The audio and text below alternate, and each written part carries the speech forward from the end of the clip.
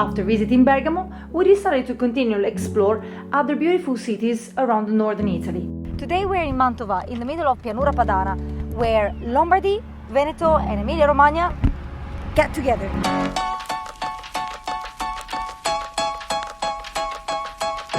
From an artistic point of view, Mantua has nothing less than Rome or Florence, other than the size, and since 2008 is a UNESCO World Heritage Site.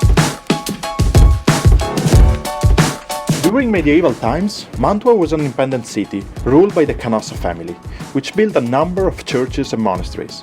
But it's under the Gonzaga family, who ruled for almost 400 years, that the city became one of the most important artistic centers of the entire Europe.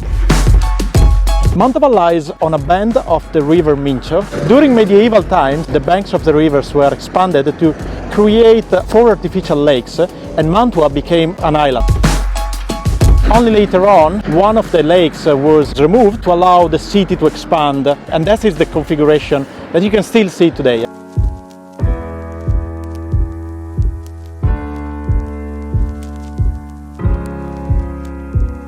The Gonzaga was a family of humble origins who climbed the social ladder and became Dukes of Mantua. Despite being a small city-state, they kept a high profile by adopting a smart diplomacy based on marrying their daughters and heirs with the ones of the most important ruling European families. We are in Piazza Sordello, which is the main square in the whole Mantua, and where you can see the Palazzo Ducale and the Dome. Palazzo Ducale is a proper city within the city. The palace is formed by numerous buildings and is one of the largest in Europe. In Italy, it's second only to the Vatican. Inside Palazzo Ducale there is San Giorgio Castle.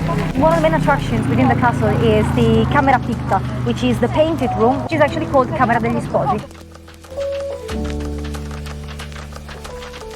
It's called Camera degli Sposi, or bridal chamber, but in reality it's just a reception room, built to impress important visitors with the wealth and cultural prestige of the Gonzaga family.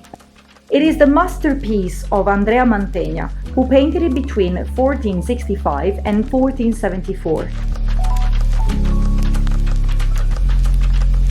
At the center, there is the Famulus Oculus, a painted fictional opening on the ceiling to the blue sky.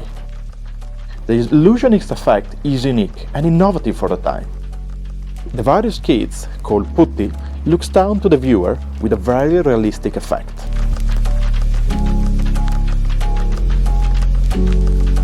Piazza delle Erbe is the civic and commercial center of the city, and here you can find important buildings like the Palazzo de Podestà, the Palazzo della Ragione, the Tribunal, the Torre dell'Orologio, the Clock Tower, la Rotonda di San Lorenzo, and the House of the Merchants.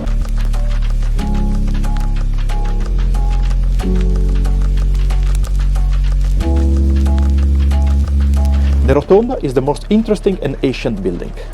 It was built under Matilde di Canossa, who probably restored a pre-existing Roman temple. It was inspired by the Holy Sepulchre Church in Jerusalem. It was later abandoned and incorporated into the other houses and buildings. Only in 1908, the overarching buildings were demolished and the church was brought back to life.